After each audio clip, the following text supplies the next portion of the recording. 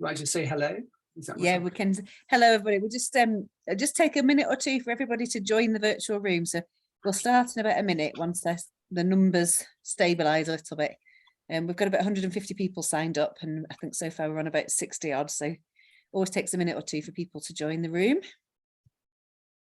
Hope everyone's enjoyed the festival so far this weekend. I think we're on talk number 5. As always, if you want to introduce yourself in the chat function and let us know where you're based in the country or in the world, and if you've been out for a ride this weekend. Hello, Ted. I think, Ted, you've been to every talk. Extremely loyal follower. Brilliant. That's what I like.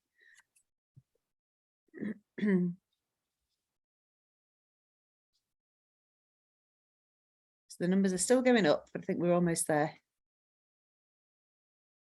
Super. So welcome everybody to Neil Wheadon's talk on Mongolia for the Cycle Touring Festival. Many of you will know Neil because he has been to various of our festivals before and spoken a couple of times. He's also a long time cycle touring leader, so some of you may well have been on the trip. In fact, someone's just said in the chat that they were actually on this trip with you, Neil. So somebody called Keith. So oh, Keith. Yes, yeah. Fantastic. Hello, Keith. So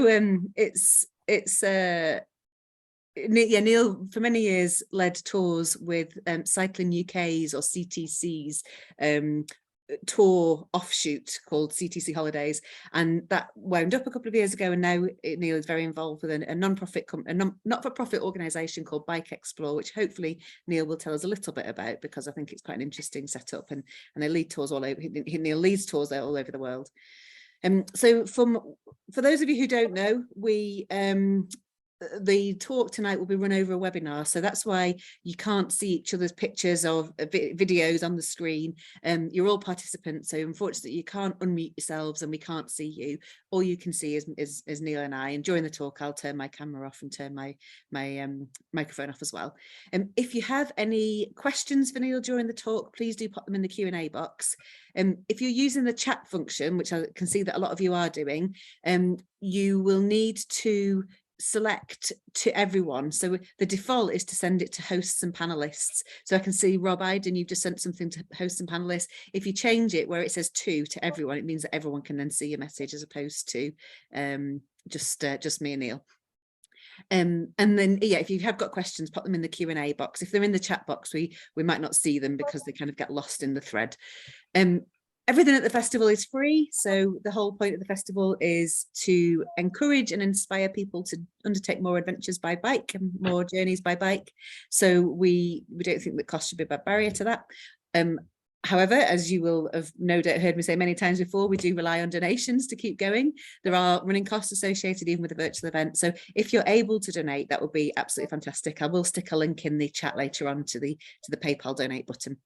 Suggested donations are, it's £5 per talk or £20 for the whole festival, but please do just give what you can afford, and anything's welcome. Great. I think that's all from me for now. Over to Neil. Right, folks, welcome and good evening. I always find Zoom a little bit difficult. I've done a few of them in the past, but I respond better to a live audience, believe it or not. And can I also thank you for watching this instead of Call the Midwife. I've been doing these tours for about 19 years, and believe it or not, the first person who ever came was Jennifer Worth herself, who, as in Call the Midwife, who brought Dan, her son, to get to know him better. Sadly, Jennifer passed away just before the series was out, but she was quite some character. Anyway, moving on, we're now into Mongolia. So I did 2 trips here, one in 2019 and one just last year. So Mongolia. When you imagine, what comes to mind? Genghis Khan, flat open spaces, yaks, lots of yaks. These are from China, actually. These I took in about 2010 or something. Chinese riding yaks. Well, actually, it's amazingly varied. Now, what I'm going to do is I'm basically going to take you on a photo tour of the 2 trips and just going to talk a little bit as we go through. So there's quite a lot of photos. So if you want to drink your tea, just have a look as you go along. And if you decide you want to look at something else, you might miss a few. But anyway, here we go. So where's Mongolia? So Mongolia is quite a long way away, the other side of Kazakhstan, and it's kind of half between Kazakhstan and Japan. It's quite a big country. You've got Russia to the north and China to the south. And there's a few internet forums I follow with worldwide cycling, and very few people go to Mongolia, which I find a little bit strange, but some of the reasons may become a little bit more obvious as we go through this. So the first trip we did the first trip we did was to the Gobi and Kansai Mountains, and basically we flew into Ulaanbaatar. I think, yep, my mouse thing does work. So we flew into Ulaanbaatar, so halfway across, and then basically then we took a flight to Leningrad, which I can never pronounce, and then we basically did a little loop around here. That gives you a better overview of what we did. So the blue line was the flight, and then the green bits were the bits we cycled, and the black bits we had vehicle transfers.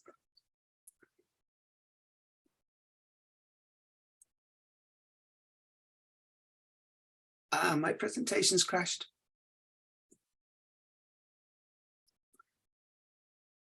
Sorry guys, my presentation's crashed. Oh, hang on.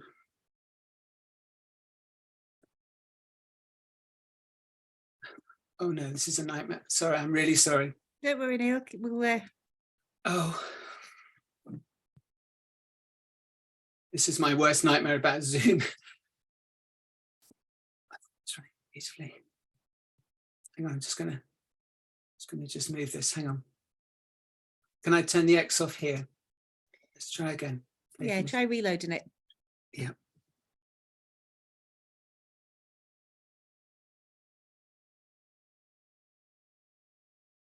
There we go. There we go. Well done. Sorry about this. Okay, so we flew into the airport, and the ground crew gone ahead of us, and those were the bikes that we were due to take, and off we set. So as you can now see, not a lot of tarmac in Mongolia, but there's an awful lot of animals. Goats, camels, even more camels. And as you look to the right and the left, there are literally herding animals everywhere, of usually the variety of either yaks, sheep, goats, cattle, and also horses. Plenty of horses. They're not wild horses as such, they're always owned by somebody. And they just potter around the countryside. There's a foal in the middle there. And you just, in the middle of these huge, expansive grasslands. There's Robin. So these were the kind of tracks that we were cycling here. They were hard packed. We had 29ers mountain bikes that were supplied by the company that we used, and they were brought over. And at the end of the first day, we came to the Red Dunes. Now the Red Dunes, or these places, this was in the 1920s. This was the first place that dinosaur eggs were discovered, all the way in Mongolia. It's quite a phenomenal place, really. So we kind of had a pot around here, but the views are incredible.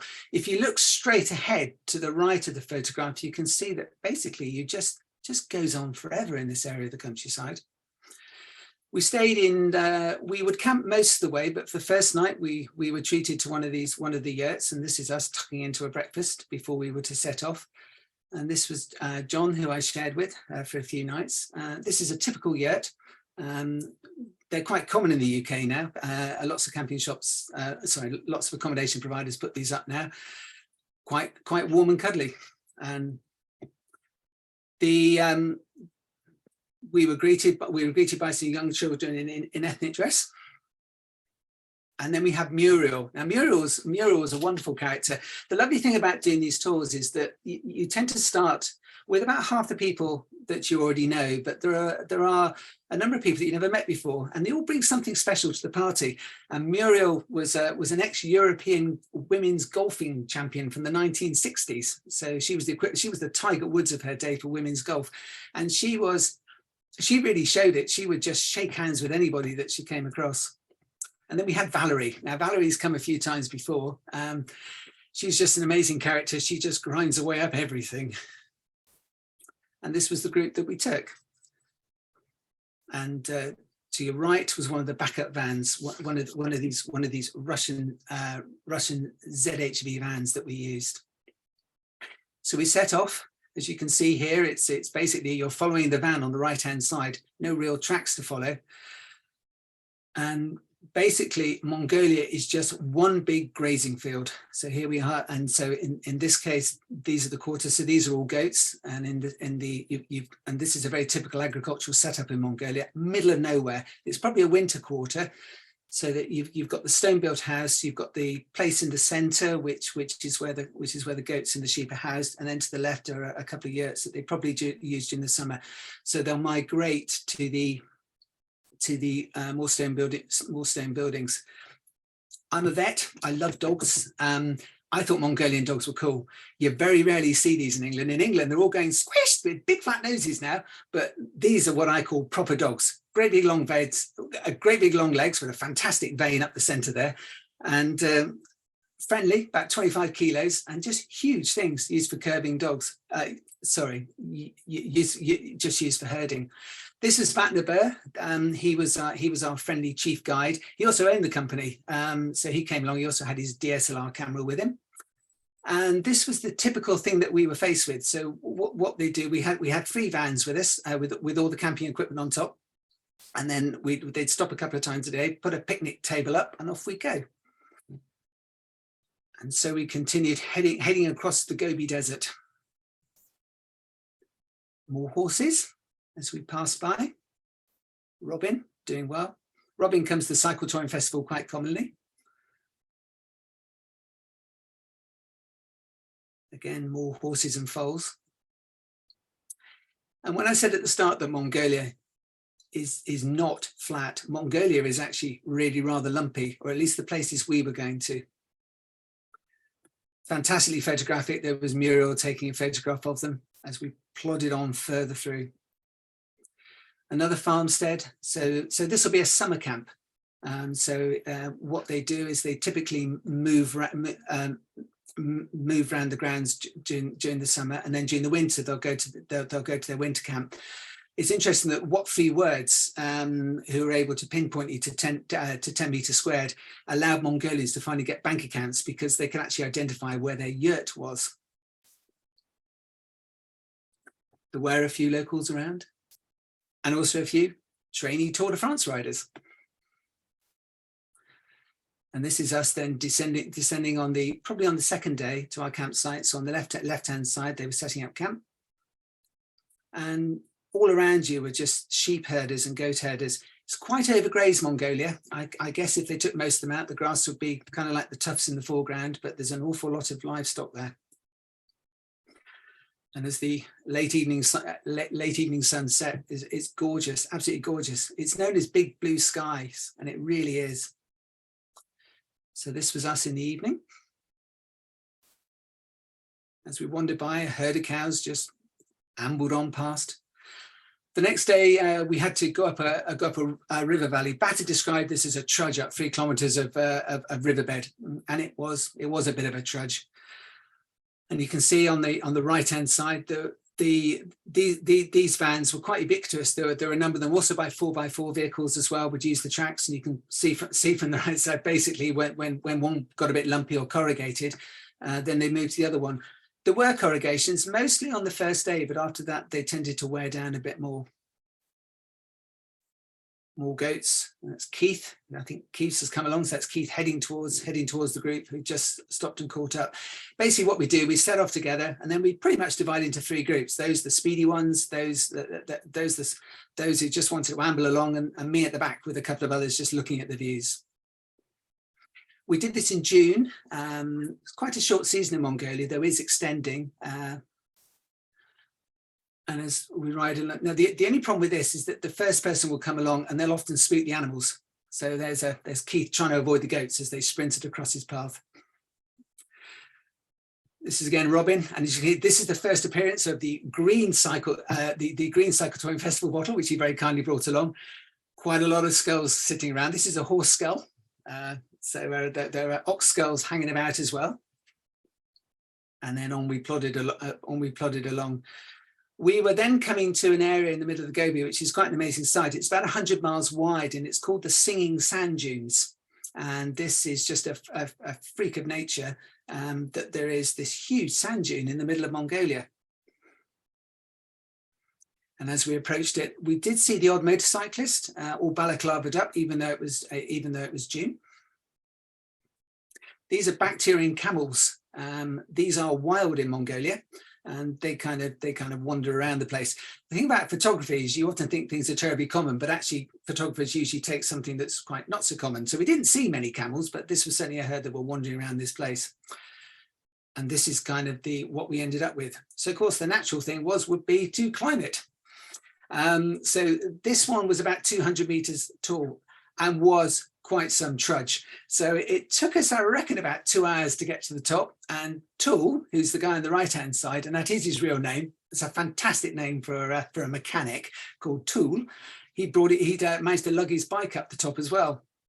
Rachel, who I've known for many years, also came along as well. She was quite pleased to have beaten me to the top because she's competitive with a capital C. And Tool then decided to treat himself by he was going to bike all the way down. So he was going quite quick here. So he was doing about 20 miles an hour. So I set myself up as I usually do and waited him to fly on by. And that's pretty much the view down to the bottom. It's an awful lot easier going down than it was coming up. It was a real trudge coming up. We had, this is Baggy, and Baggy was our mobile cook. They carried everything for about 12 days in the back of that van. So on the right is the tents, and then he was cooking lunch, and he would just do anything from gas canisters. More long views as we went on down. This is Muriel.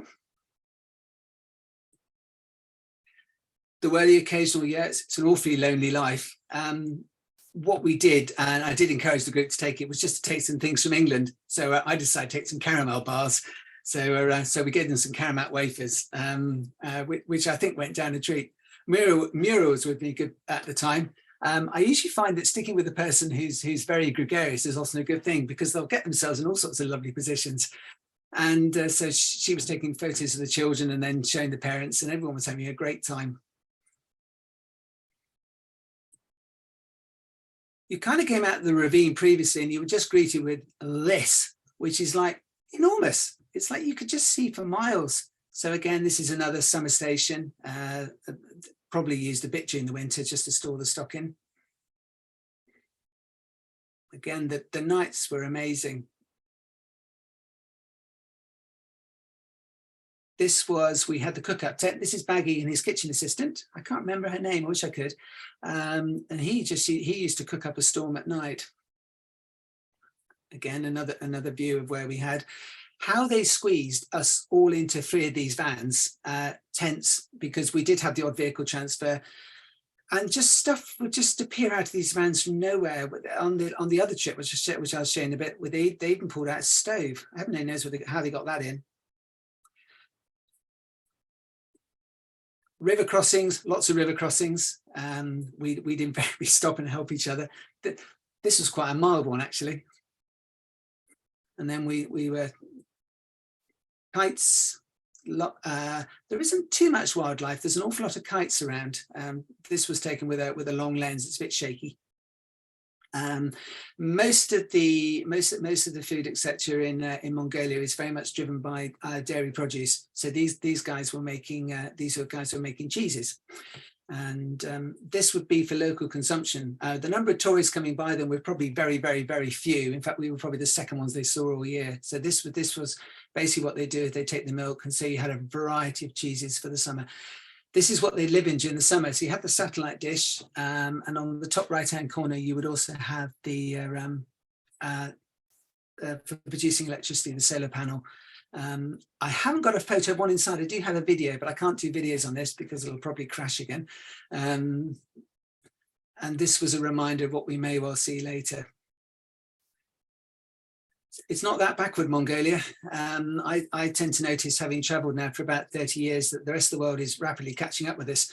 In fact, I'm quite convinced that in 20 years' time, all the men in the world will be wearing football jerseys.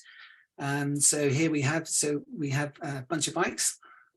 And this is Rachel having a go at cheese making. So basically, you put the milk in the top, and then you basically crush it down, and the two forms of milks are separated, the whey and the curd, sorry. More yaks. I love yaks. They're fantastic creatures. The first time you see them, you just think, whoa, how on earth was that put together? Sheep shearing, so there was some sheep. If you notice, if any of you do come from farms, the only way to hold these sheep down were to hobble them. So they basically have their back legs tied to the front legs. I actually jumped in and gave these guys a hand because I originally came from a farm with 1,500 sheep. So I kind of found this interesting. The little fellow in the middle actually come from Ulaanbaatar on work experience. He'd come to see what a farm was like. And there was a lot of bang and an awful lot of stuff going on there. Wildflowers, again, really pretty. River crossings, this was more like a river crossing.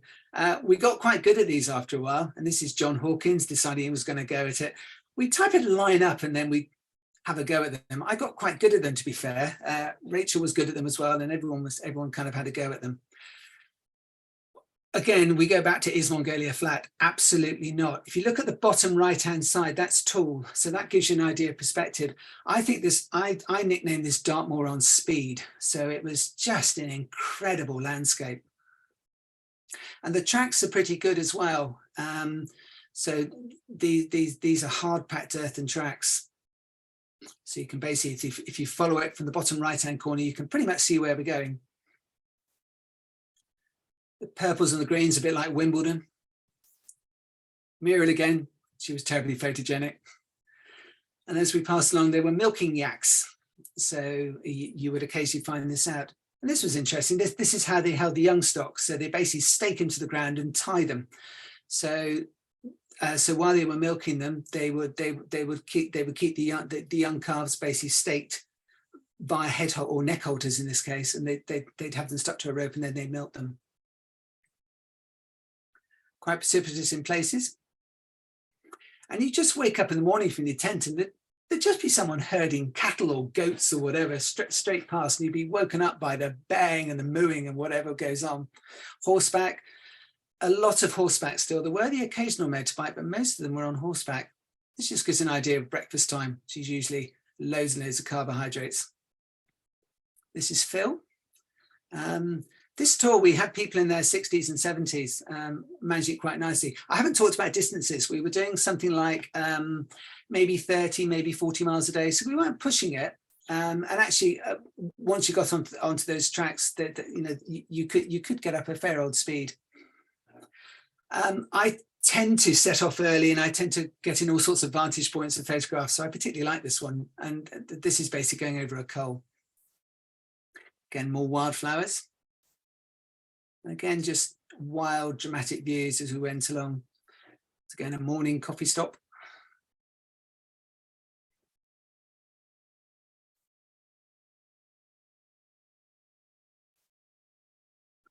These are ground squirrels. Again, the wildlife in the thing about wildlife in Mongolia is a lot of them are eaten. So if you're running around, you get munched. But these were everywhere. They were in little burrows and they were really shy. So you'd have to really kind of creep up on them or use a long lens, as I had to in this case. They are about the size of a squirrel. When you think of Mongolia, you don't think of history, but there is history. And it's scattered about. These are granite posts, and this is a deer marker. And these have been carved in granite. These are about 1,000 years old, and they're not sure what they were for, whether they were boundary markers or they could have been something for a chief to put there, or they could have been part of a grave. No one's really sure. Obviously, this one's tilted a bit over time. I haven't got the comic photo of someone trying to hold them up, a bit like the Tower of Pisa, but you know. This looks better on a video. These are basically two bull yaks having a right go at each other, and the brown one spotted the black one, and he wasn't going to have any part of him, and they made a hell of a rumpus. And then the poor old shepherd was trying to split him and drive the other one out the way. It's quite a sight. I think we all sat in a hammock and watched this for about half an hour. So the tracks weren't too bad. I'm sorry, Colin. There, Colin makes it look a bit grimmer than it actually was. And as you can see again, the cycling's not too bad. The altitude, to give you some idea, was something between 1,000 and 2,000 meters. So it wasn't as far as altitude sickness goes, it wasn't too bad in this area. Then over the other side. this is one of the very few vehicles we see. We didn't see vehicles for about 5 or 6 days at least. And this was a truck that was bringing wood up. Wood is a real prized commodity there. And this was being driven up from the lower valley, and it made a real grind as it came up. I remember it was doing about 2 miles an hour coming up here. Just further down, zigzagging down. This is, I always think these are beautiful views. You have the yurts at the bottom, and you just come into this and think, just wow. How do we get food? Well, we got food for a variety of reasons, really. First of all, the vans were absolutely stuffed with it. Fresh food would last about a week. But all the way along, the crew were bartering with people all the way along. So they would send the villagers down. So this was horse's milk that the children had been sent to here. And the crew would either pay them or they barter something back. So these 3 children are coming again, Muriel's on in the act. And then they just wander back to their yurts again. This is Baggy and his assistant just seeing how they were.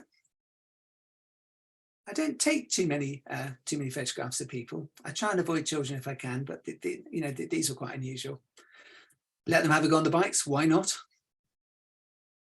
And then another ground squirrel. So we're heading now to a kind of a more wooded area of Mongolia. So again, my vision when I went here was that there wouldn't be many woods at all. And then you get the occasional shrine. Now, you're not supposed to go around, you're not supposed to cycle straight around these. You have to go around them 3 times, which is always a bit of a laugh. But and then you go around them 3 times and off you go again. Yeah.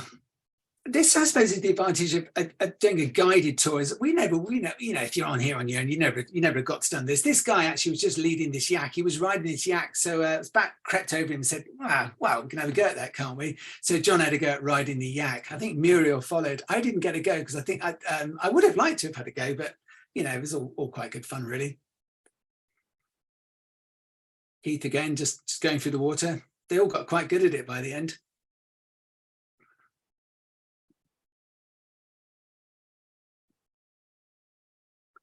It's Rachel then. So we're approaching the end now. So we've come over the Kansai Mountains. And this is one of these amazing little vans that they have. They go at about 40 miles an hour, and they just they take constant maintenance. I did see one in England the other day. There's only 6 in the UK. They just take constant maintenance. This is down the Orkan Valley. So we're coming towards the end. Surprisingly green now, and surprisingly wooded. Again, horses everywhere. These 2 guys just came up and said hello. They were about 12 and 11. They'd probably been weaned on a horse, for all I knew. They were just fantastic. They were just amazing how they could ride these horses.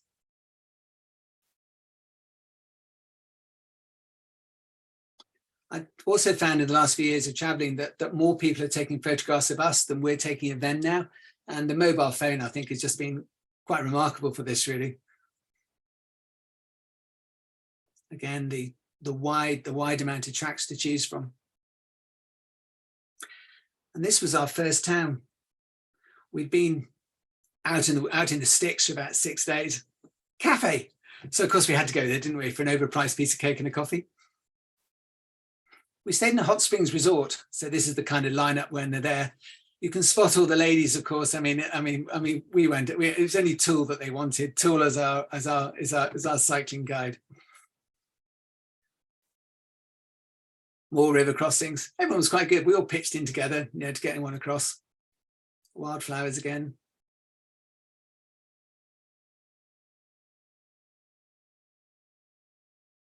Absolute views to take your breath away. This would have been a morning coffee stop. So what the crew would just stop somewhere about 11 o'clock and just set up, and then we just all regroup again. So effectively everyone went at their own pace. So this is Valerie. So it's usually Valerie and I at the back. I tend to lead from the back. It's always the best place to be. It's Phil McCabe. Phil's been on lots of tours. I like Phil. This is one of our backup drivers with these amazing vans. These vans actually, what these guys do during the winter, and this is why foreign tourism is really important, because during COVID, a lot of guides and a lot of places that, for instance, the guide I've used in Sri Lanka, they're having a really rough time. So they would almost rely on tourist income during the summer. So these were their vans, and what they do, they'd hire them out, and they were really, really fond of them. So I would often catch them in the middle of nowhere, polishing them. I mean, look how clean this thing is.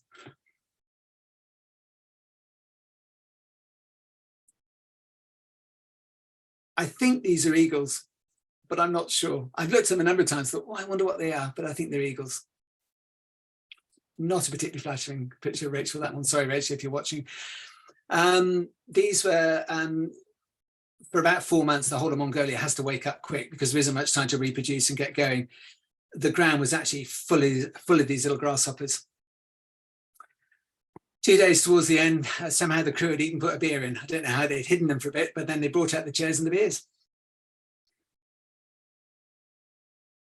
And this is the last few days coming down the Onken Valley. So of course I snuck to one time, found a horse's skull, made it look like America, really like the west coast of America. These are, once you get your eye and you can spot these, this is actually a grave. And this would have been a grave to quite a big dignitary. So there's often a line of rocks and there would be a huge line of stones. There are chambers underneath. These would go down about 12 meters. And the biggest ones will have 3 chambers underneath, long since robbed, but that's what they are. And then you can just tell we're getting a little bit closer to civilization because the roads are getting better. Do you see the occasional crane? Again, it's just like Dartmoor. I come from Devon, so this just looks like Dartmoor. There's the granite outcrops. And we're heading towards Karakoram. And this is another of these deer stones. They're quite amazing. They're just in the middle of nowhere. We must have passed about 3 or 4 on this trip. And you can just make out. So at the top, that circle there, that's the sun. And then if with a bit of imagination on the right-hand side, you can just see the head of the deer. And then you've got the body coming down. So it's coming down. And they're just, thank God they haven't been robbed or stuck in the Natural British Museum or somewhere like that. But they are fabulous things.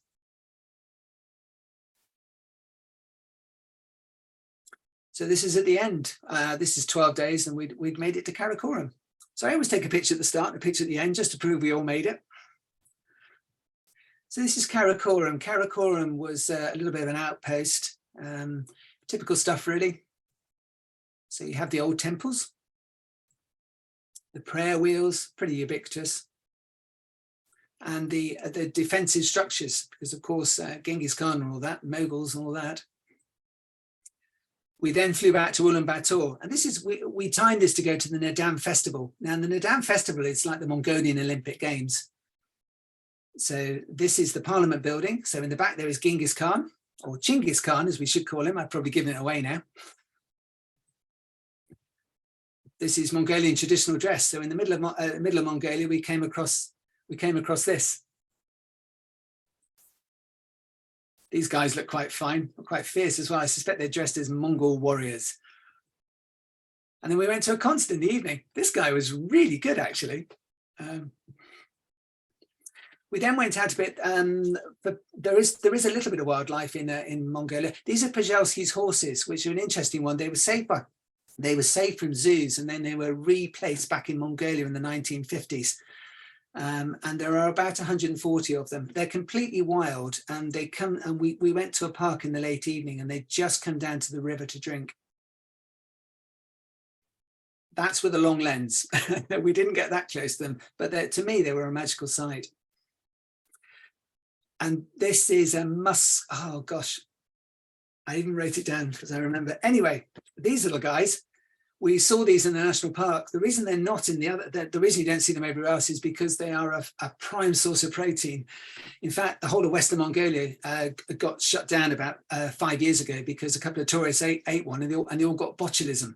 So the whole place was completely shut down. So this is the Nadam Festival. Starts off with a parade. And we managed to time this. We had front row seats on this, and this was just an epic thing to go and see. So we had singing and dancing, and they have 3 sports in the dam. As Keith on the first day when we went to the racing, which was the first one, Keith Foot was interviewed because we were quite unusual, because Westerners aren't that common, especially not to cycle around Mongolia. So the first days of eventing were, of course, the horse racing. Now, horse racing is an amazing sight. The horse race is 15 miles and it's over the other top. And this was the race for 3-year-old horses, and the jockeys could only be up to the age of 12. We sat, we waited for them, and all you could see them all coming was in a plume of dust. So this was 50 miles into the race, and we were at the finish line. So here they come with the big Mongolian flag. That's probably a Toyota. Toyotas are awfully common. And here's the winning jockey, closely followed by other guys just following him in. And this is the parents taking home their proud child at the end. Rachel, of course, had to buy a souvenir, the Mongolian hat. The second one was the wrestling. Now, phenomenal sight. These guys are either in red or blue, and the whole arena is just filled with them. There are some little fellas in there, but they're mostly big blokes. So they're all lining up already. So basically, in the arena, what they'll do is they'll fight individually, and it's the first person to ground the other person goes through. So there we are. So the guy on the right-hand side with his arms up is just one, and then they have a referee. So the 2 in the middle of there are sparring. The 2 soldiers on the left-hand side, they were amazing. They would stand absolutely motionless, staring at those flags for about half an hour. I watched one for a while, and they don't move. And then they get replaced. The other guy would march on and replace it. It's a bit like changing the guard. They are big, big celebrities in Mongolia. So we're getting towards the end of the tournament here. So the guy at the end pursing his lips, he's probably one of the former champions. So this just gives you an idea. So it gives you an idea of when they're wrestling.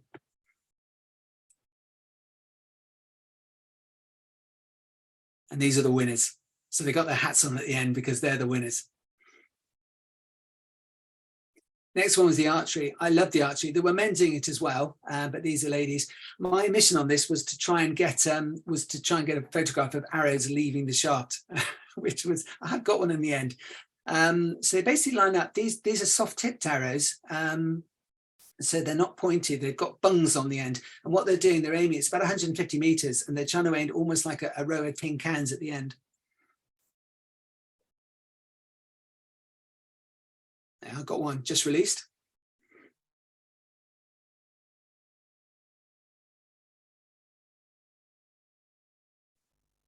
At any age, this lady was smothered in medals. She must have been good. And then that's my screensaver. Absolutely love that photograph.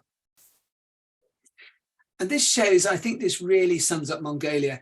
These were the other competitors. Now, if you look at them, you've got 1, 2, 3, 4 lets of cans. If you look on the right-hand side, you can see that they're type of forming an echelon around where they are. So the guys at the other end would fire the arrows, and if they managed to hit those cans at the end, and they had to aim for the red ones in the middle. Can you imagine doing that 150 meters? It's absolutely incredible. They'd all raise their arms and applaud. It was just magical. It really was. Finally, Genghis Khan. Genghis Khan, it wasn't called Genghis, he was called Genghis. I've no idea where Genghis came from. So we went out to have a look at his statue. If you look on the right-hand side, it's huge. So I snuck out the grounds here to get this shot. So if you look on the left-hand side, so they went up the steps, they went round, and they actually climbed up the horse. And if you look on the horse, you can just see people sitting on the top, and they're staring at the face. And that was and there is Genghis Khan. And that's that one for that one. What I haven't got is a clock, because I've realized that my clock is covered. How am I doing? Oh gosh, I've got 20. I haven't got very long at all. Right, we'll have a gallop through the other one then. Right, so the gallop one is the Altai Mountains. I've got to do this one really fast. So the second tour we did was the Altai Mountains, and I'll have to whip through this one. So the Altai Mountains, so this is the one we did last year. Providing, of course, oh no. Well, we might not get to this one because we might not get it. Hang on.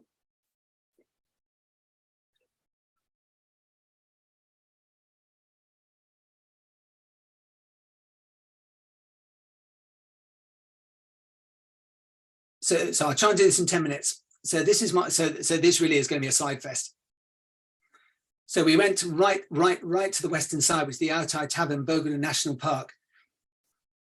So to get there, we had to fly. And that's pretty much the circuit we did. So you've literally got China to the top, Russia, China, get around the right way. So you've got Russia to the top, China to the bottom. And I've crashed again. Oh no, here we go. Right, so this was the lucky group we took with this time. Setting off, tool at the back. We had the same backup group, which is amazing because I think they liked us so much last time, they all thought they'd come back again. Yes, there is tarmac. This is the only tarmac road. And this one leads to Russia. And this 2 weeks later, when the conscription came in Russia and everyone was trying to escape Russia, this was the road they were all coming down into Mongolia because it's one of the only 3 open roads that can come into Mongolia. Sorry, that could come out of Russia. Up for the tour, so back there, Bat showing us basically how to put the tent up. So the first bit, we were heading north. So along the tarmac, we go again, wide open views again. Quiet, wouldn't have been quiet 4 weeks later. Yaks again, always a pull. This is probably Chinese money. The road had been ploughed right the way through. It's quite hard getting up there, but the descent was fantastic. Bat loved the descent. Bat was our Mongolian guide. This was about 15 kilometers downhill by the time we reached that point, and the views were just sublime, especially on the tarmac. This was being built as we went on. Now, this was interesting. That old sign on the right-hand side, I'll tell you about that in a minute because I'm going too quickly now. This is one of the local towns. Again, you're in the middle of nowhere. But they must have had some tourists because we had a 14-year-old come up to him he told us it was his birthday and would we like to change some money. So clearly he had met people before. This fenced off area, we couldn't work out where it was. It was actually where the Russians would come over the border and sell stuff to the Mongolians and vice versa. So it was a free trade area. Into Russia, to the north. The guy on the right was a guy called Lorenzo. He was an Italian guy. And he tried to make his name by basically sleeping down to sub 50 degrees C. He got shut up in Russia in COVID. He previously contacted back and we met him. So of course the polite thing was to invite him back. This is his wife that he met 2 years prior in Russia and married her. And he's a real gent, isn't he? Look at the luggage she's carrying. He was cycling across Mongolia. So Bat showed them the way to go. This is the map I had. So I gave them the map and Bat showed them the way to go. Woke up in the morning, yaks coming past. This was the hilly bog tent. They were terribly proud of it. And off we go again through the Altai Mountains. I'll just go through these quite quickly. We stopped at the top. This is on the top left-hand side where Peter had mined the campsite. This is a Kazakh graveyard. Kazakhstan is the western side. You can't bury anyone in Mongolia. It's far too hard. Nighttime sky. So now we're heading across the northern section and we're going towards Kutum Peak, which is the tallest mountain in Mongolia. To do this, I had to set off 10 minutes before everyone else because here's Lorna. Lorna is one hell of a cyclist. So I had to set off to get this shot. So this is a winter area. So there's the bungalow they live in during the winter.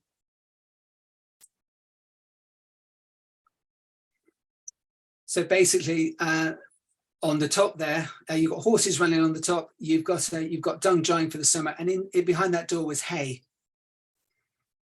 Bit of a trudge at the top. Tool I used to call him the Stig. He just would do these stunts and then not look anywhere, so I just called him the Stig. Cheese products. Again, that was bartered to us in the cheese products. Just incredible views. You could just see for miles and miles. Ian, bless him, he's 75, I think, Ian.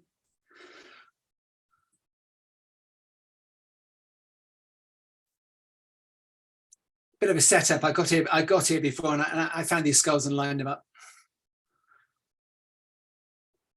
Nighttime campsite. So in the morning, then we set off up the valley. And I went off first, and it's awesome. These horses galloped in front of me, and they were just an incredible sight. Just the hammering of hooves. Quite a climb. So basically, I got up there. I got up there before everyone's following them up. It was a bit parky. This was September. Okay, guys. Down over the other side. And this is where they lived. We did go inside here, actually. The Mongolians all look after each other. And we were all invited in again, and we had cheese and tea and soup and all sorts of things inside this concrete shelter. It's amazing. It's amazing what Westerners think we need. And in here was literally a bed, a cabinet, and they were looking after each other. And these guys could speak English. Dung drying in the sun. They'd use this for burning material during the winter. Again, another part of it as Steve comes into the campsite. More kites. This was now we had some quite nice food, but I'm not saying the food wasn't nice. I would sneak into the tent and I'd try some of this stuff, and there was offal fried in these like pasty things. And the idea is you put them inside and they just seal all the juices in. So this was us now cycling up to the highest point in Mongolia. Tool again admiring where he's going. Baggy's wife had never been up there before, so they managed to get a neighbour to give her a lift up to the motorcycle. So this is up to the top. She's coming back on the motorcycle. And this was then us going down to one of the glaciers. So just proof I did make it. There's Lorna. I took everyone's portrait pictures up here. So these guys were conscripts, amazing guns. This was the Mongolian-Russian border patrol on the Mongolian side. At the top, a Buddhist area. If anyone, I should know better, but I actually climbed on this to get a better view. In my defense, there were steps up the other side, but I got my wrist slapped by Bat, and quite rightly. Don't climb on these things. Down the other side, there we are. Look at that, you see. Cyclotouring Festival bottle. He came all the way around. Just incredible view. Right in the front there, you've got a horseman, which gives some kind of perspective. Through the river crossings, I got quite good at these now.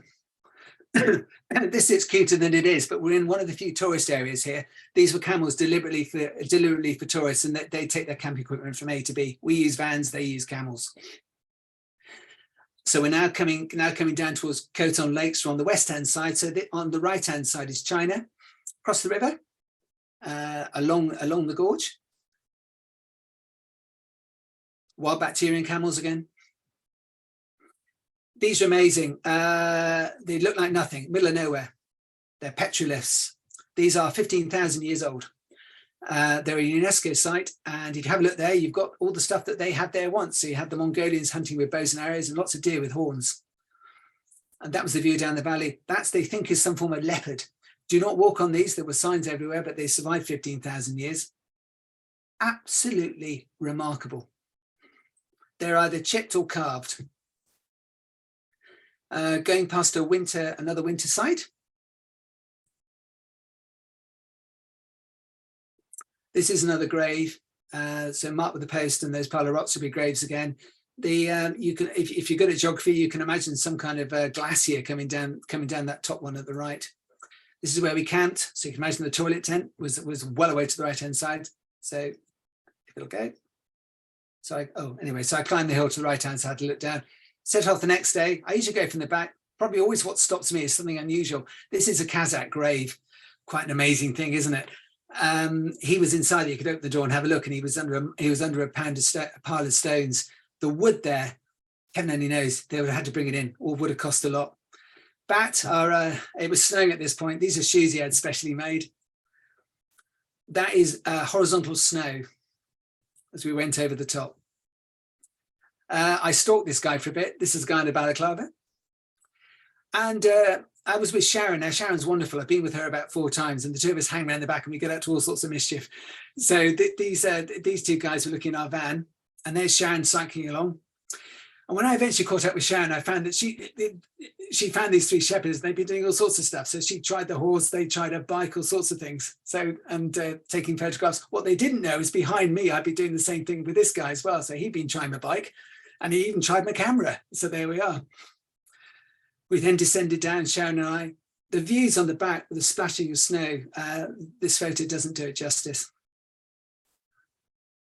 Absolutely incredible. If you're going there self-sufficient, this is the kind of thing you'll have to live off. There's nothing fresh in Mongolia, no green stuff. So it's basically just a line of chocolate and biscuits. And this was the only shop that we found. This was next to Khoton Lake. This is where we camped next to Khoton Lake. The night sky, 5-second shot, quite like that. Into China. That's the Chinese border. It's 20 kilometers beyond the lake. We had a rest day, time to do the laundry, or in Cedric's case, time to clean his van. More petrolifts up the other side. That's bats showing us where they are. So again, you can see the deer on the bottom left-hand side. Just amazing bows and arrows, been there for centuries. Some lunatic has decided, you can see some people are graffitiing on their own. It's just madness. That one's chiseled. They're just amazing. Probably sitting there waiting for someone to trot past. Final bit now, we're now heading back. So we're now on the southern section. As another red kite flies by. Khoton Lake, so we camped on the bottom side.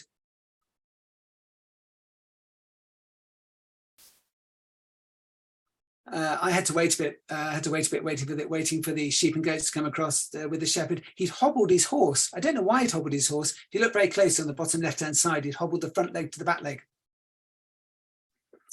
These are amazing. Why go to Easter Island? These are Turkish. They are statues in the middle of nowhere. Their burial site is at the back.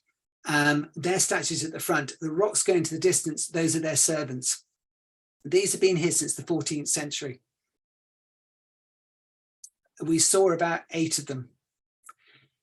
The carving's amazing. They've got mustaches. They're holding a gourd. They've got a dagger to the left-hand side. Now, you may be wondering why the crack on the neck. That's because the Uyghurs, and the Uyghurs, people do know the Uyghurs because they're from Western China. They came into Mongolia and they smacked all their heads off. They were there for about a century and someone has very assiduously put them all back on again. Absolutely stunning. Most unexpected. You can even see his moustache. Again, a little bit more wooded. Sham with the local motorcyclist. They would stop. We couldn't say much, but hey. Tool checking Shirley was getting across the bridge okay. Again, snow-top mountains, horses. There was no snow the previous night. It did it overnight. If you want to go on a camping holiday, Mongolia is your place. That was there when we got caught in a bit of a blizzard, but it was actually, well, okay, it was a bit cold. Right, we're coming towards the end now. So we're going to Salsay. Now, this is the first time we'd seen for ages. We kind of echeloned in. This gives you an idea of just an out-of-the-way Mongolian town. This is quite big by their standards, a couple of thousand.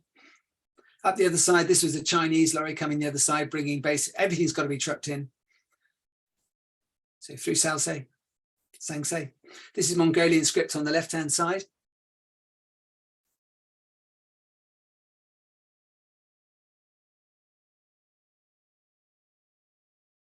It's just a visual feast.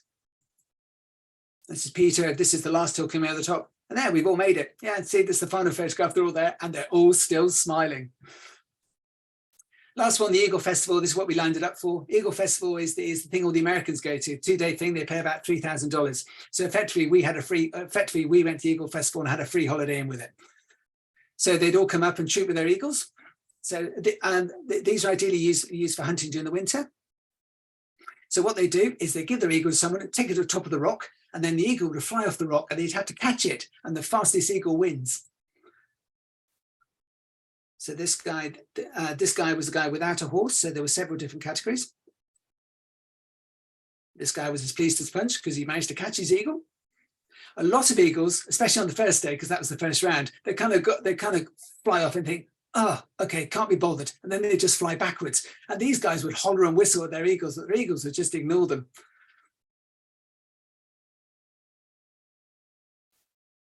Absolutely incredible sight. There was a film a few years ago called The Eagle Huntress, filmed in this place. So the young lady was 14. She was a bit of a celeb. She wasn't the same lady, but everyone lent her an eagle. This is pull the calf. So basically what they do, this is if anyone's of a nervous disposition, this is a calf with its head cut off that's been stuffed. And basically one of them picks it off the ground and then the other one then grabs it and it's the one left with it at the end wins. This is the chasing the husband competition. This is basically, this was a courtship ritual. So if you ever see a couple of cyclists, one chasing the other one with a whip, you know they've been to Mongolia. And they just stood around all day. They were great. We take pictures. And of course, archery. I love archery. These are the men this time. So you can look at the arrow in flight. It's got the little rubber bung on the end and you can see what they're aiming for. It's terribly skillful.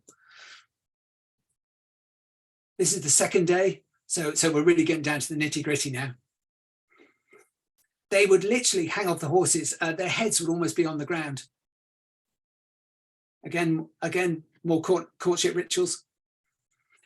I put these in because this is basically, lots of Americans go to this, and I always like taking pictures the other way. There you go, you see. I don't have a lens that long. Mine's a 300mm. Heaven only knows what those are. And then we're coming up towards the end here. So this guy's a bit of a Mongolian superstar. He wins everything. This was quite touching, actually, because it was set up by a guy called Blue Wolf, and he died about 4 days before. And so they put his photo up. So these are all the competitors. I called this part festival, part game show. And he had a singing band as well with an eagle above. Absolutely fantastic. And that was the winner. And there he was. That's the winner of the Eagle Festival. Now, fortunately, I'd managed to pick that eagle. So that was me with the winning eagle. So there we are. And that is it. I'm sorry I overran a bit. I went a bit slow on the first bit and I had a bit of computer crashery. So there you go. Thank you very much. I'm done. Are you still awake, Laura? I am. Thank you, Neil. Yeah, I'm trying to find my unmute button. Thanks. Those photographs are unbelievable. They're so good. And I'm now desperate to go to Mongolia. Well, that's what I carry. And I carry that as well. And everybody who I tour with goes, why? And I go, oh, that's the reason.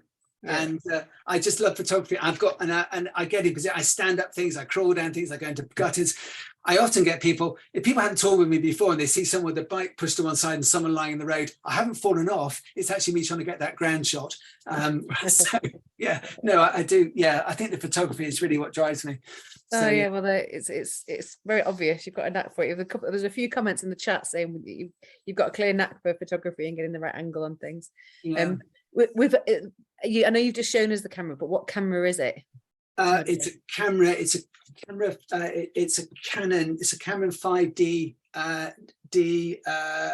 Canon EOS 5D. It's about 6 years old.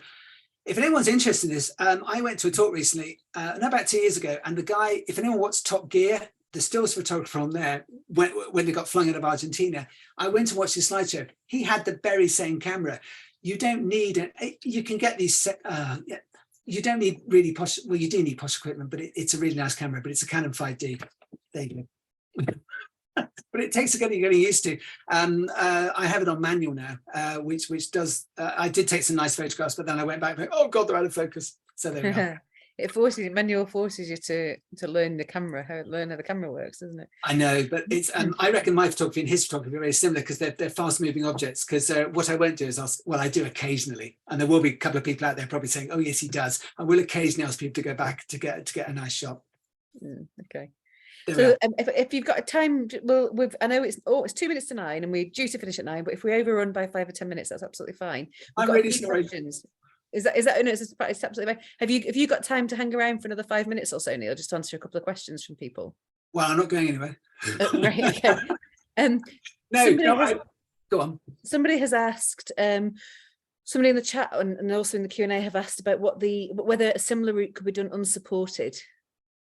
I think you'd have trouble going unsupported. You probably could. You would need to go well stocked with food to go around, and you probably need to learn to barter with some of the people going around. The Altai Mountain one, I don't think you could do on your own. I think it would be really hard. We didn't do many transfers in that. Having said that, though, we tended to transfer a little bit more because you could just tell the group was a bit tired and we were there for the views, so we did get transferred. I think you could do it, but I think you need to be quite brave. I would probably do it. They are the most amazingly hospitable people. They really are. You could probably do the Gobi one. There are areas in Mongolia. If someone sends me an email, I have a map here that does actually show areas in Mongolia where there are plenty of yurts. So you could probably go around and do quite a nice loop. The other one I've got is I have I can tell you who we did the trip to, and I think Bat would be happy to pass you on to anyone.